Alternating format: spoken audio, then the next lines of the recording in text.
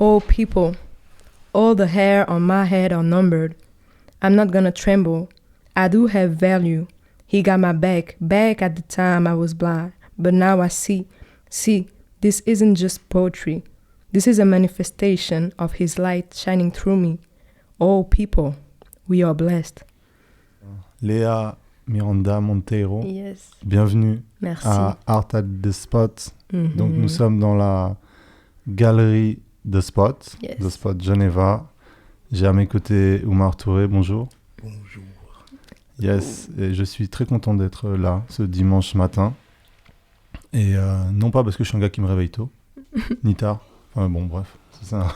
C'est une parenthèse. Parlons de ça. Non, arrêtons-nous oui. là-dessus.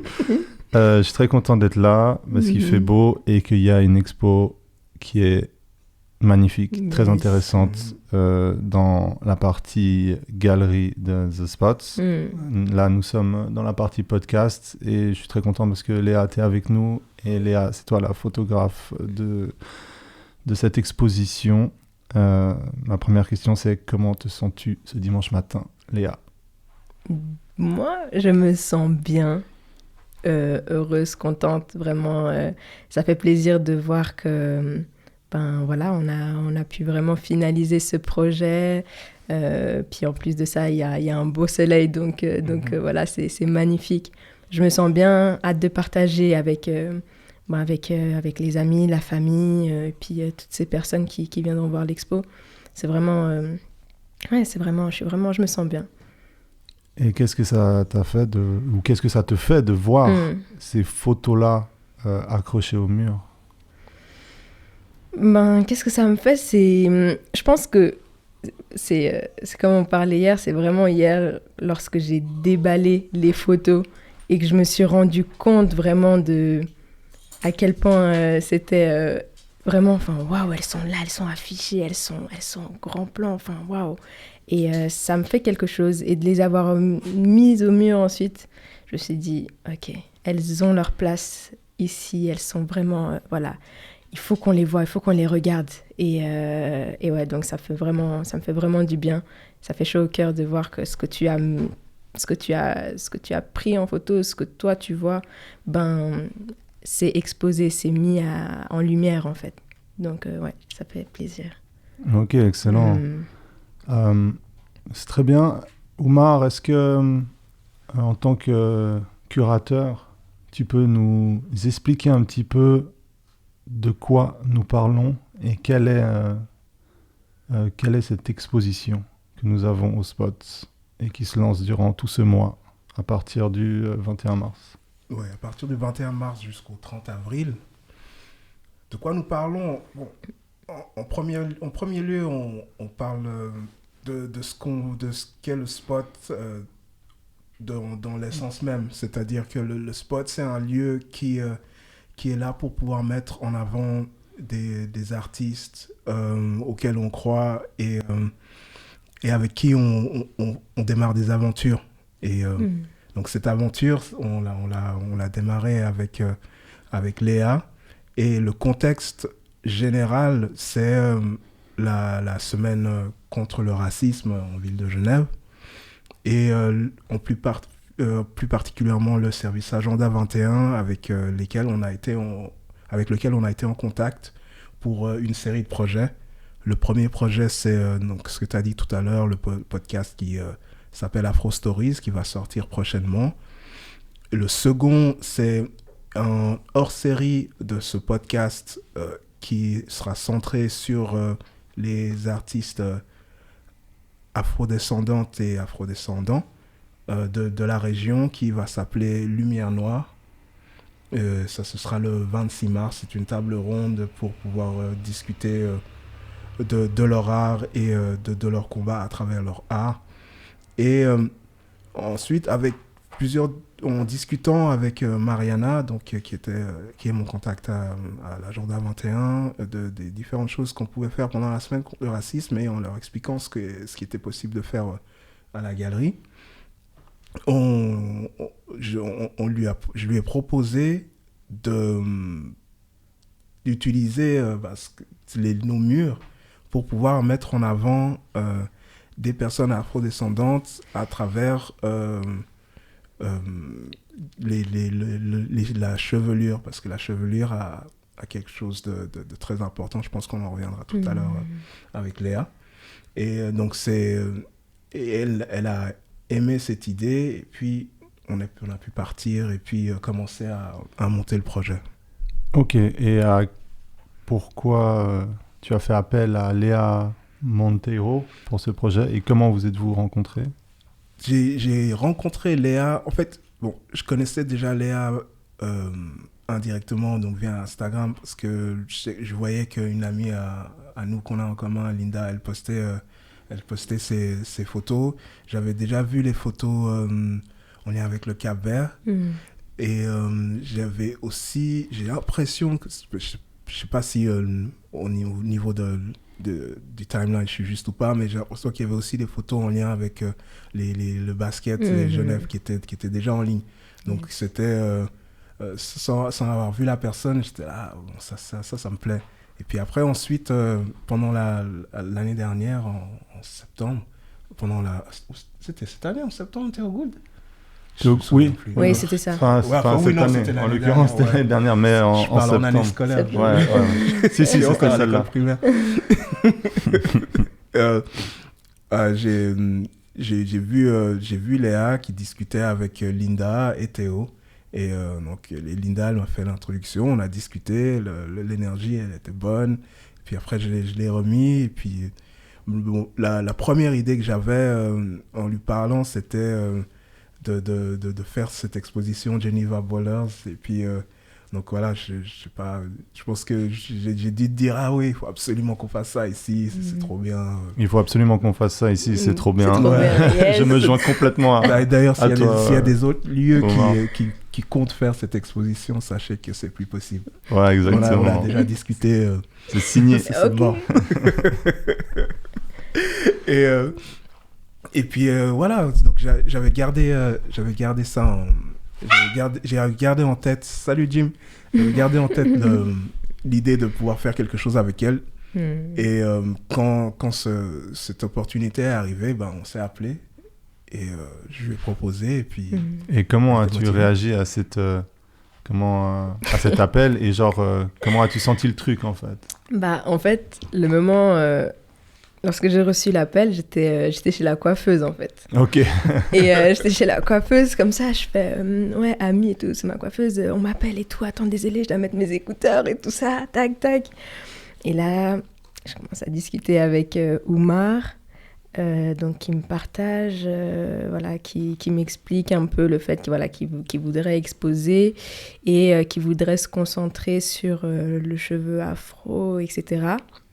Et puis, moi, j'étais là, mais attends, franchement, coïncidence de ouf. Tu vois, vraiment, là, je suis là, chez la coiffeuse, je me coiffe, il me parle de ça. C'est vraiment ça a vraiment fait écho, en fait, avec ce que je vis. Et comme il l'a dit, moi, j'étais beaucoup centrée, je suis beaucoup centrée sur le Cap-Vert, sur les portraits des personnes au Cap-Vert, également sur le basket. Mais... il y a aussi d'autres facettes, en fait, que j'aurais voulu mettre en avant. Et là, son appel, en fait, a vraiment fait écho, comme j'ai dit, avec vraiment une partie de ma vie qui est importante et que j'aurais voulu mettre en avant.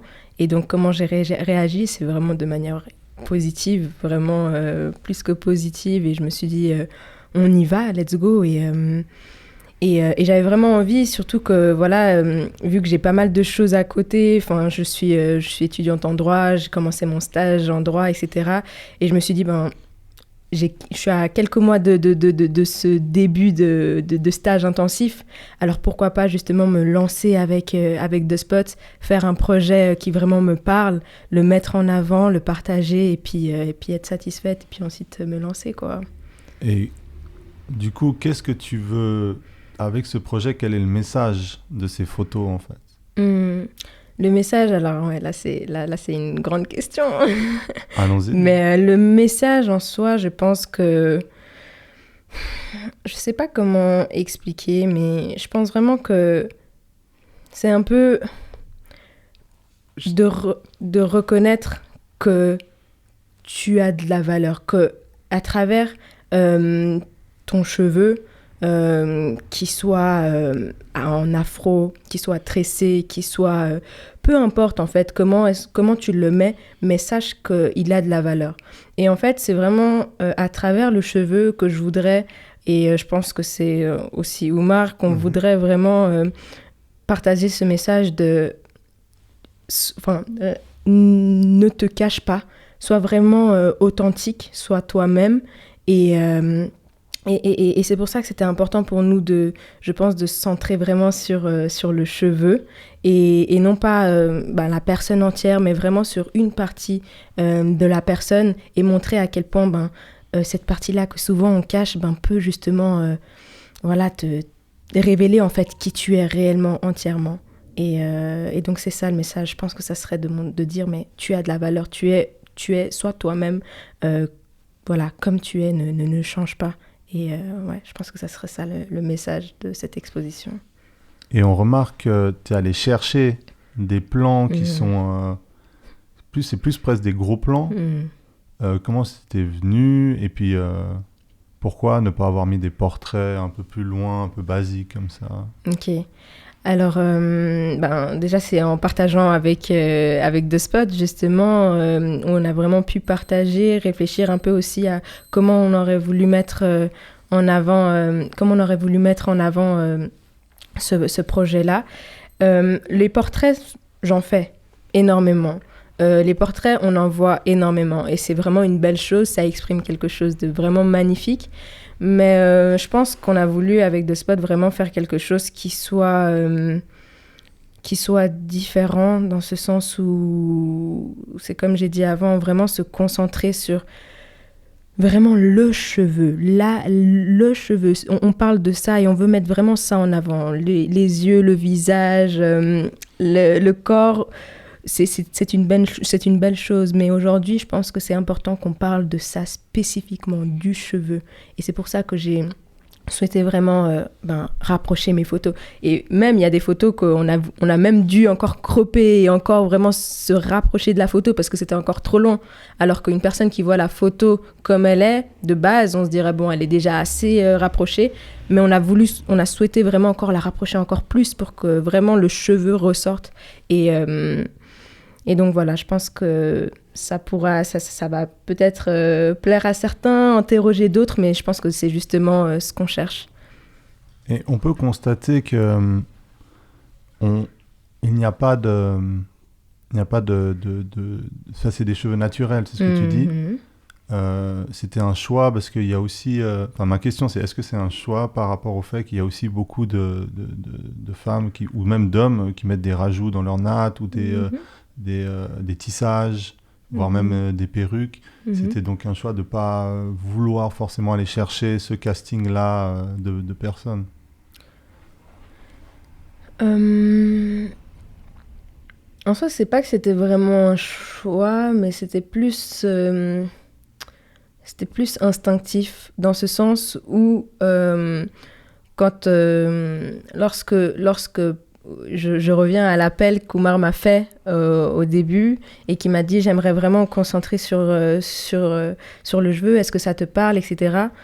J'ai direct eu une vision dans laquelle je voyais vraiment le cheveu afro, celui qui est vrai, celui qui nous appartient en soi. Ça n'enlève en rien le fait que les rajouts, les mèches, voilà, tout ça, c'est des belles choses et ça embellit aussi, c'est magnifique, mais j'ai vraiment voulu me concentrer sur les tresses qui soient déjà, qui appartiennent à la personne ou l'afro directement. Donc, en soi, j'ai pas vraiment exclu, mais je me suis juste concentrée sur vraiment ce qui vraiment me venait en fait en tête directement et voilà, c'est ce qui en ressort aujourd'hui à l'exposition, quoi. Je sais pas si j'ai répondu à la question. Oui, bien sûr. Ouais. Ouais, complètement. Hyper bien. Et Oumar, est-ce que peux-tu comment ça, genre on part de zéro avec cette expo, quelles sont un peu les étapes qui ont fait que pour arriver à une expo comme ça? À partir du moment où on a cet échange et qu'on sent qu'on peut démarrer le projet. Après, je pense que c'est le temps qu'il faut réussir à maîtriser. Donc, je pense que la variable la plus importante, c'est le temps, le timing. Comme Léa a dit, elle devait commencer un stage. Yes. Ouais, elle devait commencer un stage. Donc, on avait une fenêtre qui n'était pas très, très grande pour pouvoir réaliser toute la partie de pré-production de l'expo. Donc, il fallait trouver le lieu pour pouvoir créer le shooting. Donc, on a réussi à pouvoir faire ça à Londertown. Merci à Londertown. Et ensuite, on a échangé sur les différents modèles qu'on voulait pour le shooting. Donc, ça aussi, on avait un timing pour ça. Et puis, faire en sorte qu'il soit présent et qu'elle soit présente le jour J. Donc, ça, c'est cool. Et les personnes ont vraiment joué le jeu. On a peut-être... Bon, on a une malchance avec la pandémie, tout le monde est frappé, etc. Mais la chance qu'on a, c'est que les gens ne peuvent pas trop bouger. Et donc, c'est plus facile de leur dire à court terme de venir à un endroit pour pouvoir faire quelque chose. Donc, merci vraiment à toutes ces personnes qui ont pris du temps sur le week-end. Ensuite, il fallait... techniquement, c'est aussi... voir comment est-ce qu'on veut réaliser ça. Je pense que c'est là où je sais que tu me dis, Léa, t'avais pas énormément d'expérience sur les photos en studio. En studio, exact. Voilà. Ouais. Donc on a discuté de ça. Après on est allé chercher Goran qui a assisté Léa et qui lui je pense avait un peu plus d'expérience au studio et puis ils ont formé vraiment un super duo. Shout out to him. Ouais, shout out to incroyable. Et puis donc au fur et à mesure tout a commencé à s'imbriquer et puis il fallait après une fois que tout le monde était là et que toutes les conditions étaient réunies, le matériel, etc. Il fallait shooter quoi. Je sais pas, t'as shooté combien de plans de photos? Alors franchement, c'était dur. Donc, durant tout le week-end, et vraiment, c'était intense. C'était intense dans ce sens où on avait pas mal d'artistes qui venaient. On avait, je pense, 1h30 par artiste. Et en soi, on devait changer tous les réglages, si ça. Et puis, comme tu l'as dit, j'avais pas vraiment d'expérience en termes de studio. J'avais mon idée, je savais ce que je voulais shooter, si ça. Mais donc, j'ai dû vraiment, sur le moment, à l'aide de Gohan, vraiment capter vraiment, OK, alors, cette lumière-là, elle sert à ci, cette lumière, elle sert à ça, nanana. Et vraiment pouvoir comprendre, assimiler le plus de choses possible en un peu de temps et ensuite shooter les artistes. Et c'était vraiment intense, mais les artistes ont vraiment bien joué le jeu. Lorsqu'on prenait par exemple, on leur disait OK, là reste, sois toi-même. En fait, ils ont vraiment su jouer avec nous et ça nous a permis également de pouvoir vraiment de pouvoir faire sortir quelque chose qui soit authentique et qui soit vraiment beau. Chaque artiste vraiment avait son identité, avait vraiment son je sais pas comment dire, son espace en fait. On essayait vraiment d'aménager l'espace pour l'artiste en question, pour que vraiment il se sente à l'aise. Et puis non, franchement, c'était vraiment une expérience magnifique dans ce sens où le partage était bien. Il y a eu vraiment une bonne entente et vraiment ça a porté ses fruits. Donc voilà, c'était pendant tout un week-end à fond. Mais c'était vraiment beau. Vous parlez d'artistes et pas de mannequins. Donc en fait, c'était un choix aussi un peu plus orienté. Vous vouliez trouver des artistes afro-descendants pour les photos? Oui, c'était l'idée de départ. C'est-à-dire que c'était comme une extension visuelle de la table ronde Lumière Noire. Ok, donc d'accord. C'est aussi pour ça que l'expo a le même nom. Ensuite, on a ouvert à... Donc, on a aussi ouvert à d'autres personnes. Typiquement, Perrine, elle, c'est pas une artiste, mais dans son domaine, c'est aussi une artiste parce qu'il elle est activiste, elle porte le projet WUA et Wax Up depuis longtemps, et puis donc elle est bien positionnée. Mais c'est vrai que l'idée de départ, c'était de mettre en avant l'artiste. Mm-hmm. C'est d'ailleurs ce qui ressort, je dis, en majorité. Ok.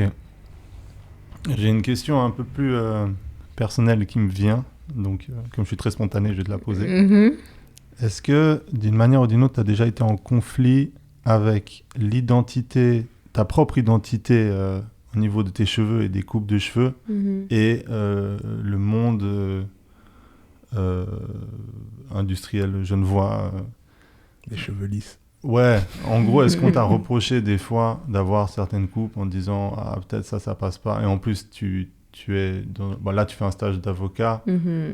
Donc, est-ce que c'est accepté ou bien il grince des dents? Ok, alors moi personnellement, depuis que je pense que j'ai commencé à venir au naturel, ça fait maintenant 3 ans, où vraiment je change de tresse à cheveux afro, si ça, et au contraire, ça n'a jamais vraiment choqué les gens. Au contraire, ils étaient là, waouh, c'est magnifique, pourquoi t'as pas fait ça plus tôt, nanana. Et ça n'a jamais vraiment, franchement, je n'ai pas vraiment eu de problème identitaire à ce niveau-là. Dans l'étude dans laquelle je suis également, ils sont vraiment ouverts dans ce sens où ils me laissent vraiment l'espace. Ils m'acceptent vraiment pour qui je suis. Et c'est ça aussi qui me donne envie de continuer, de vraiment me surpasser. Et donc, ce n'est pas... donc, je n'ai jamais eu vraiment de problème vis-à-vis de l'extérieur ou des personnes qui m'ont fait la remarque en me disant « Non, ne mets pas ton cheveu afro parce que ça ne serait pas vraiment bien vu, etc. » Ça a vraiment toujours été une décision personnelle. Par exemple, je fais beaucoup de basket, comme vous le savez, et puis pour jouer, vu que je joue tous les jours, enfin je jouais presque tout le temps, c'était obligatoire pour moi que je sois presque tout le temps tressée parce que lorsque tu as tes cheveux naturels, il faut que tu en prennes soin tous les jours, tout le temps. Et puis avec la transpiration, tout ça, c'était un peu compliqué. Donc, ça a toujours été un choix personnel pour moi, soit de faire les tresses ou soit de laisser l'afro. Et non, pour l'instant, je n'ai pas encore eu de remarques. Peut-être ça viendra, je ne sais pas. Mais quoi qu'il en soit, je suis contente. Et en fait, je sais vraiment d'où je viens, je sais qui je suis. Et donc, peu importe la remarque que tu vas me faire, je ne vais pas en fait m'éteindre par rapport en fait à la remarque que tu me fais. Je ne suis pas encore arrivée vis-à-vis de quelque chose comme ça, enfin vraiment d'une expérience comme telle. Mais pour l'instant, voilà, c'est là où j'en suis. Et donc là, par exemple, je suis tressée. Et c'est un choix parce que voilà, c'est ça que j'aime. Peut-être que dans 3 mois, tu vas me voir avec l'afro ou avec, je ne sais quoi. Mais non, c'est vraiment pour l'instant, c'est un choix personnel que je fais. J'ai jamais vraiment été... Ok. Oumar, de ton expérience de vieux sage, est-ce que tu as déjà été confronté à des gens qui t'ont dit qu'ils devaient enlever leur natte pour leur boulot ou bien qu'ils devaient changer leur coupe parce que ça passait pas, parce qu'ils étaient à l'aéroport ou bien des métiers où tu reçois des gens? Moi, j'ai plutôt eu des expériences où des gens un peu curieux vont passer la main dans les cheveux et puis vont un peu faire une fixation sur ton cheveu et puis on dit mais pas négativement, mais plutôt on dit mais c'est un peu une curiosité quoi, c'est comme la laine, vous êtes comme un peu des moutons mais en fait c'est un peu plus crépus. Donc j'ai pas mal d'expériences comme ça, ouais, vu mon grand âge. Mais après des personnes qui ont dû qui m'ont dit, vraiment qu'ils ont dû changer leur coupe de cheveux pour pouvoir mieux passer. J'ai pas eu quelqu'un qui m'a dit ça. Par contre, c'est quelque chose qui ne m'aurait pas étonné. Surtout, moi, je peux témoigner parce que ma femme coiffe et dans cet art-là, donc je la salue pleinement à ce Yes. Et d'ailleurs, allez voir un by Pic d'Assaut, vous pouvez jeter un coup d'œil sur ce qu'elle fait. Et souvent, en fait, j'ai entendu des gens qui passaient chez elle et qui témoignaient de ça. En disant, on leur conseillait d'enlever ses tresses, ça faisait trop... il y a un terme qui est terrible pour ça. C'est lié à la race. C'était une fille qui avait entendu ça et elle bossait à l'aéroport. Et en gros, trop typé. Trop... Ouais, c'est ça, ce genre de choses. Et c'était vraiment un coup de pression. Et du coup, c'est difficile de résister parce que c'est quand même ton taf. Et c'était un peu triste d'entendre ça. J'avais entendu la même chose pour un gars qui avait des nattes aussi et ça passait pas où il bossait et tout ça. Ouais, c'est un dilemme en fait. C'est ça revenait à ma question de base, quoi. Sa propre identité, on veut te l'enlever pour un travail qui te ramène de l'argent, quoi. Ouais, clairement. Et c'est là où vraiment, c'est pour ça que... C'est là où c'est compliqué parce que tu dois vraiment te positionner en mode... dans ce sens où tu te poses la question, est-ce que je m'éteins, on va dire, un petit peu pour pour rester, pour garder mon travail, ou bien alors est-ce que je quitte et puis vraiment je reste moi-même et puis voilà. Enfin, c'est assez compliqué. Mais oui, après je reviens par rapport à ce que tu as dit, Omar, les personnes qui touchent un peu les cheveux ou autres. Moi personnellement, ça c'est une expérience qui m'est déjà arrivée, mais qui en soi ne me dérange pas. Pourquoi? J'explique, parce que vraiment parce qu'en soi, c'est vraiment, la personne ne connaît pas, en fait. Et souvent, c'est un peu comme un enfant, quand il ne connaît pas, il va et il touche, et voilà, il est intéressé, voilà. Après, moi, personnellement, je vois plus la personne comme ignorante, en fait, de ce qu'il a en face. Et bien sûr, ça peut peut-être être délicat pour certains, mais pour moi, personnellement, je me dis, la personne, elle ne connaît pas et elle a envie de comprendre, elle a envie de savoir. Par exemple, on me demande souvent, c'est des mèches, c'est des rajouts, c'est tes cheveux. Et en fait, ça ne me dérange pas. J'explique, en fait. J'explique, voilà, ce qu'il en est. Et je me rends compte que la personne ne sait vraiment pas. Et donc, je pense que c'est important aussi de ne pas toujours le prendre de façon vraiment comme une insulte ou autre, mais vraiment plus comme... une vraie interrogation que les personnes se font et vraiment, toi, tu es là et sois fier et partage réellement ce qu'il en est. Par exemple, une personne peut-être... Moi, par exemple, j'aime pas vraiment qu'on me touche les cheveux, mais qu'on me pose la question sur mes cheveux, bien sûr, je te réponds, mais qu'on me touche, je vais dire, mais touche pas. Voilà, je recule un peu, la personne va sentir la réticence, mais ça n'enlève en rien le fait que ça ne me dérange pas de savoir que la personne se questionne et a des questions, et voilà. Donc je pense que c'est important de mettre ça en avant, de ne pas toujours prendre ça personnellement et de façon négative, mais vraiment de pouvoir expliquer à l'autre, en fait. Ouais, t'as tout à fait raison. T'as tout à fait raison. Je pense que le questionnement n'est pas forcément malsain. Exact. C'est juste parfois certaines actions qui viennent avant le questionnement qui peuvent être assez irritantes. Ouais. Et c'est là où cette expo prend toute sa valeur dans ce genre de discussion, parce que là, je suis en train de me représenter et je vois complètement la puissance de dire on est là et on propose, voilà notre identité. Et c'est souvent des coupes qui prennent du temps aussi. Genre, il faut aussi... ce qui paraît absurde, c'est comment tu peux juger le travail de 8 heures pour faire des tresses à un mec qui va se couper les cheveux en 30 minutes à un barbeur et dire non, c'est cette coupe-là qu'on veut, alors que derrière, l'autre a mis beaucoup plus de temps à proposer quelque chose. C'était pour réagir par rapport aux gens qui s'offusquent quand ils voient des tresses ou des nattes en jugeant ça pas représentable, alors que... Ouais, ou même certaines locks. Ouais, c'est ça. Des fois que c'est sale, ou je sais pas quoi. Ou... Je sais pas, il y a aussi, j'ai l'impression que parfois on donne l'argument que... ça fait pas net, ça fait pas rangé. En fait, c'est juste pas dans le standard que définit c'est pas dans le standard professionnel. Exactement. Certaines personnes qui ont peut-être encore une pensée un peu passéiste, et alors que ce qui est professionnel, c'est juste de pouvoir être propre sur soi et de s'habiller correctement.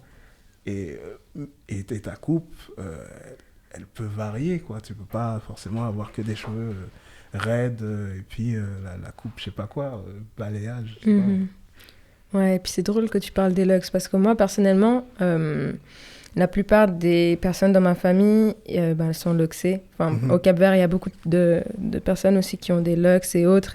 Et moi-même, j'ai toujours réfléchi à en avoir. Et en fait, c'est vraiment aussi quelque chose pour moi qui était fort et que je voulais vraiment mettre en avant. Et je pense que c'est pour ça aussi que j'ai souhaité contacter Perrine parce que je trouve que ces looks sont vraiment magnifiques et je voulais les mettre en avant.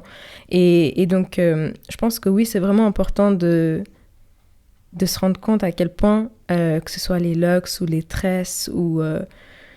je pense, déjà les deux, les locks ou les tresses, ce sont vraiment... des coiffures qui vraiment prennent du temps et qui vraiment sont magnifiques, sont belles en fait et qui en fait aujourd'hui on met par exemple les locks, on met ensemble les locks et puis vraiment ce côté sale et pas respecté, etc. Alors qu'en fait c'est pour ça qu'aujourd'hui dès qu'on rentre dans le spot, on verra directement une personne avec des tresses et avec des locks. Et en fait c'est vraiment ça que je voulais mettre en avant, c'est regarde à quel point c'est beau, à quel point c'est grand et c'est impactant. Et puis en fait, c'est pour ça que pour moi, les locks, c'est vraiment quelque chose de fort et qui justement, au contraire, en fait, embellit la personne et qui vraiment la rend puissante. Pour moi, c'est vraiment une puissance qui ne doit pas être effacée, qui ne doit pas être mise de côté, en fait. Et donc voilà. Ok. On va conclure. Est-ce que tu as un coup de cœur particulier pour une des photos qui est exposée? Si oui, laquelle? S'il te plaît, Léa. J'avais juste une question avant. Bien sûr. Je sais que tu as exposé à Zurich. Ouais. Et puis, est-ce que tu peux en parler? Et puis t'as fait combien d'expos avant celle-ci? Alors oui, j'ai exposé à Zurich, soit l'exposition Black Art Matters. C'était une exposition où il y avait 70 artistes afrodescendants du monde entier et on était, je crois, 5-6 de Suisse. Après, il y avait pas mal de personnes des États-Unis, du Ghana.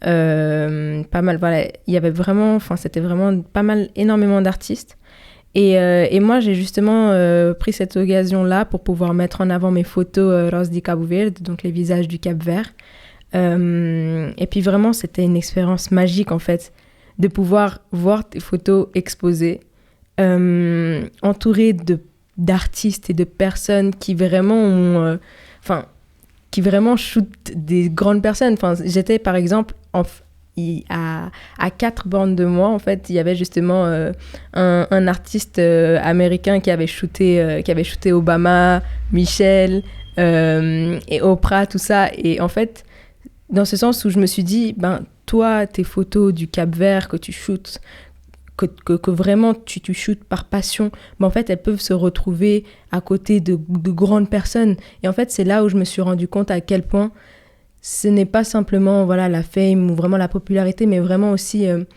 à quel point, pourquoi tu shootes, quelle est vraiment ton intention et qu'est-ce que tu veux vraiment mettre en avant. Et je pense que c'est ça qui m'a vraiment, ce que je retiens de cette exposition, c'est vraiment de continuer à shooter avec le cœur, de shooter afin de faire passer un message.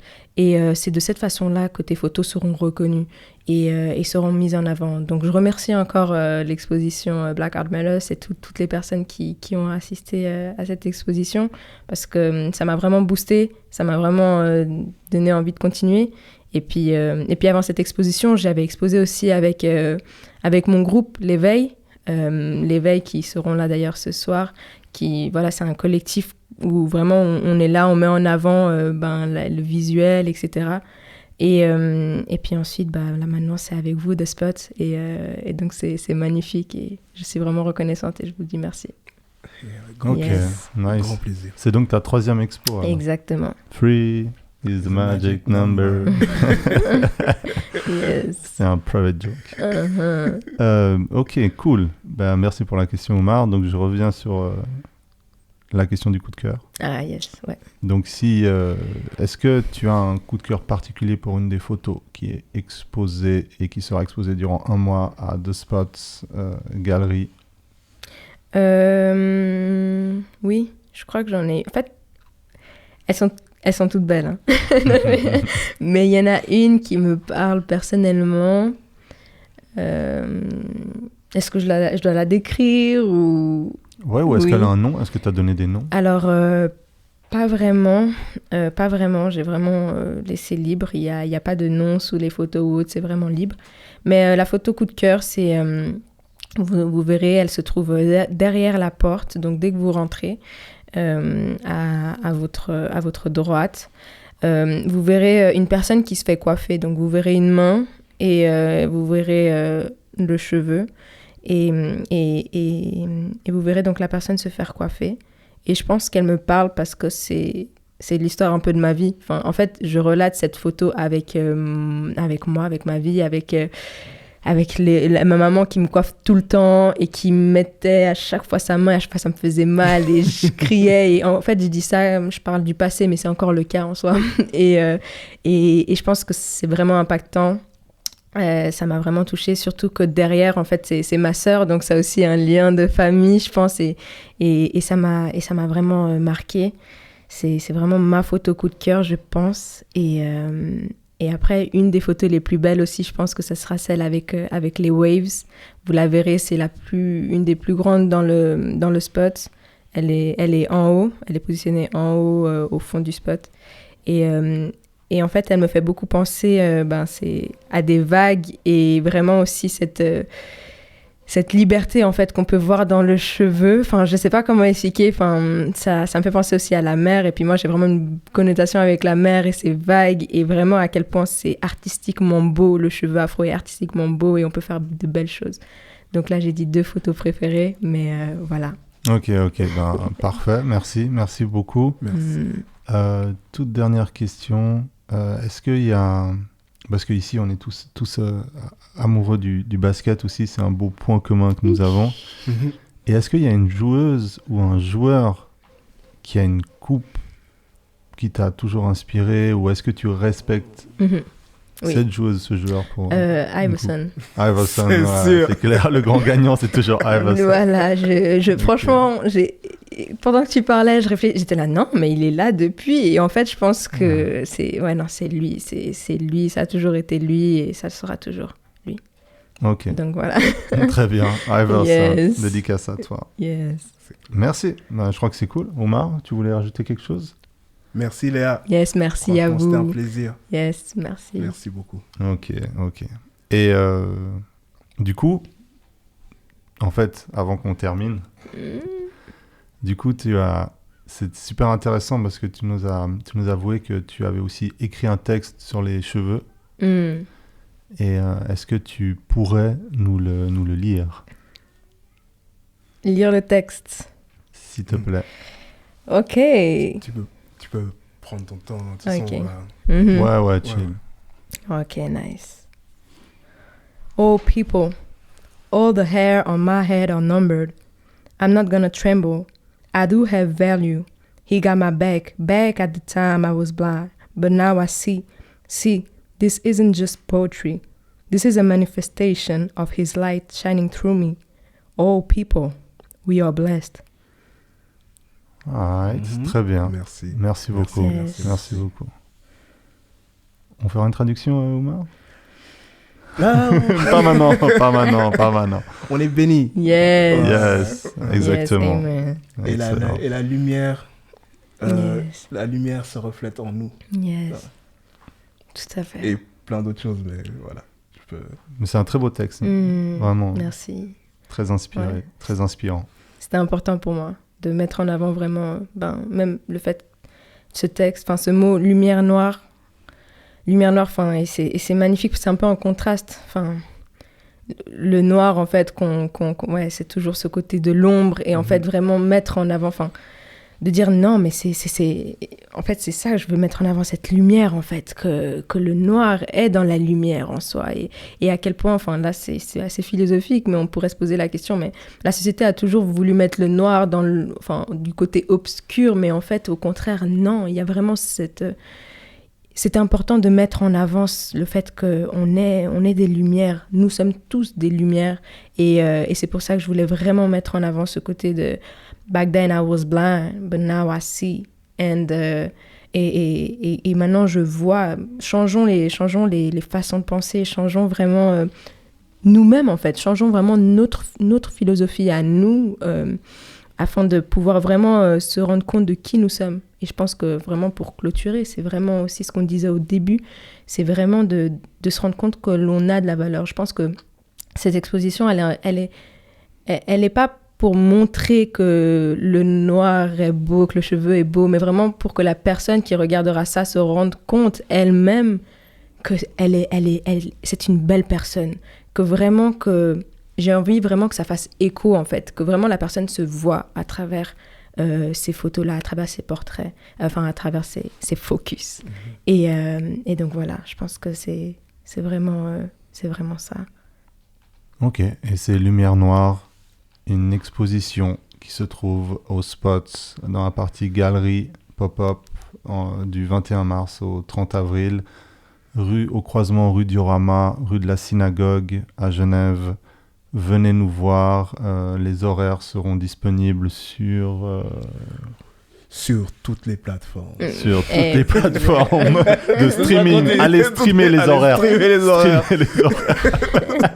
36-15 horaires. Et puis, non, mais les horaires d'ouverture, c'est mercredi entre 14h et 18h, le jeudi et le vendredi 14h, 20h, et le samedi entre 14h et 18h. Excellent. Yes. Léa, merci beaucoup. Merci à vous. Omar, merci. Merci, mec. Peace.